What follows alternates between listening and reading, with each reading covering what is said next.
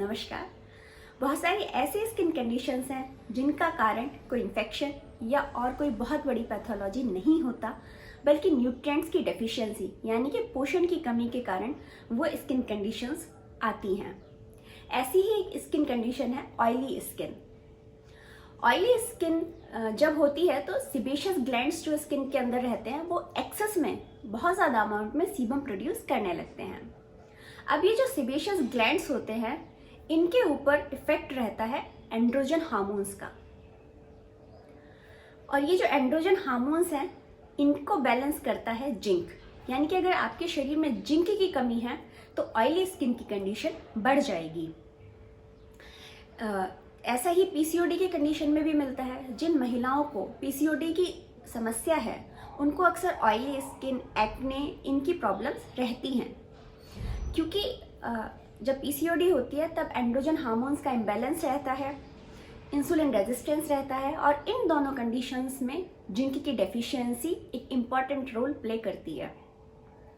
अब बहुत सारे लोग ऐसे हैं जो ये कहते हैं कि हम न्यूट्रिएंट सप्लीमेंट्स रेगुलरली लेते हैं, फिर भी उनके साथ ये कंडीशंस हैं। तो जिंक की डेफिशिएंसी में एक इम्पॉर्टेंट फैक्टर ये भी है कि अगर आप रिफाइंड कार्बोहाइड्रेट्स का सेवन करते हैं, जैसे कि रिफाइंड फ्लोर हो गया, मैदा हो गई, या फिर रिफाइंड शुगर हो गई, इन सब चीज़ों का अगर आप सेवन करते हैं तो भी आपके शरीर में जिंक की कमी हो जाती है। दूसरी कंडीशन जो जिंक की डेफिशिएंसी से ही रिलेटेड है वो है नेल्स में वाइट स्पॉट का होना। तीसरी स्किन कंडीशन जो न्यूट्रिशन डेफिशिएंसी से रिलेटेड है वो है एड़ियों का फटना, या फिर माउथ के जो कॉर्नर्स हैं उनका फटना। बहुत सारे लोग रेगुलरली पेडिक्योर कराते हैं, बहुत अच्छे तरीके से अपनी स्किन का ख्याल रखते हैं, फिर भी वो ये कहते हैं कि उनकी एड़ियाँ हमेशा फटी रहती हैं, या माउथ के जो कॉर्नर्स हैं, ये जो एरिया है, यहाँ पे क्रैक्स रहते हैं। ये विटामिन B2 की डेफिशिएंसी का सिम्टम है, और विटामिन D की डेफिशिएंसी भी इसमें एक इम्पॉर्टेंट रोल प्ले करती है। चौथी कंडीशन जो न्यूट्रिशन डेफिशिएंसी से रिलेटेड है वो है ड्राई फ्लेकी स्किन की कंडीशन।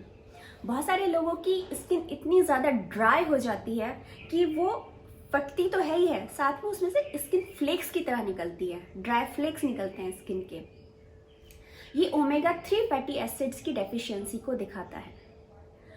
ओमेगा 3 फैटी एसिड की डेफिशिएंसी ओमेगा 6 फैटी एसिड्स के एक्सेस कंजप्शन, बहुत ज़्यादा अगर आप ओमेगा 6 फैटी एसिड खा रहे हैं तो ओमेगा 3 फैटी एसिड की डेफिशिएंसी आपको हो सकती है। तो इस कंडीशन में आपको दो चीज़ों का ध्यान रखना है।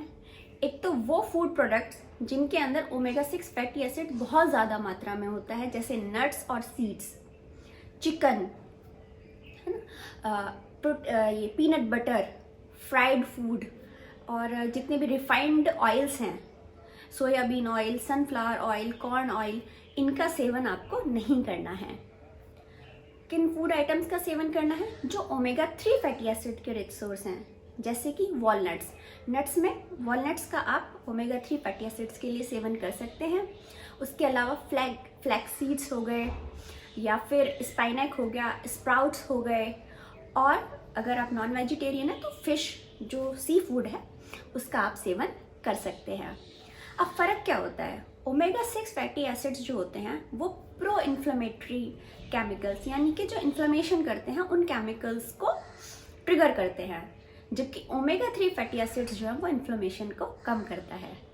इसलिए अपने पोषण का ध्यान रखिए, न्यूट्रिएंट डेफिशिएंसी मत होने दीजिए, और एक हेल्दी स्किन एंजॉय कीजिए। Thank you.